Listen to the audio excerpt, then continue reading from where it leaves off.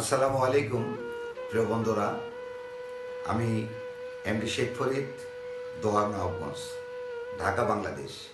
প্রিয় বন্ধুরা, সাহসে কোলায় উঠতে পারি না যে আমি পারবো কিনা, আমি কথা বলতে পারবো কিনা, কারণ সবাই তো কথা বলতে পারে না।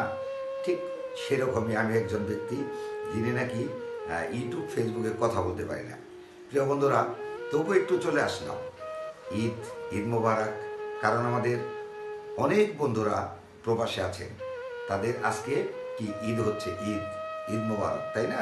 তাই আমাদের বাংলাদেশের আমরা সবাই খুব অধীর আগ্রহে বসে আছি যে আমাদের ঈদ আগামীকাল। হ্যাঁ প্রিয় বন্ধুরা, খুব সুন্দরভাবে ঈদটা উদযাপন করবেন, কারণ বছরে এই ঈদটাকে ঘিরে আমাদের কত আশা আকাঙ্ক্ষা। এরই মাঝে দেখেন আমাদের অনেকেরই মা বাবা, ভাই বোন, বা দেখা গেছে আত্মীয় স্বজনের মধ্যে অনেক লোক মারা গেছেন। তাদেরকে ছেড়ে আমাদেরকে ঈদটা করতে হয়। তাই আমরা যারা আমাদেরকে ছেড়ে এই দুনিয়া থেকে চলে গেছেন তাদের জন্য আমরা দোয়া করব, এবং তাদের যাতে আত্মায় শান্তি পায়। এবং আমরা যারা জীবিত আছি, যাদের মা বাবা বেঁচে আছেন, তাদের জন্য সবাই দোয়া করবেন।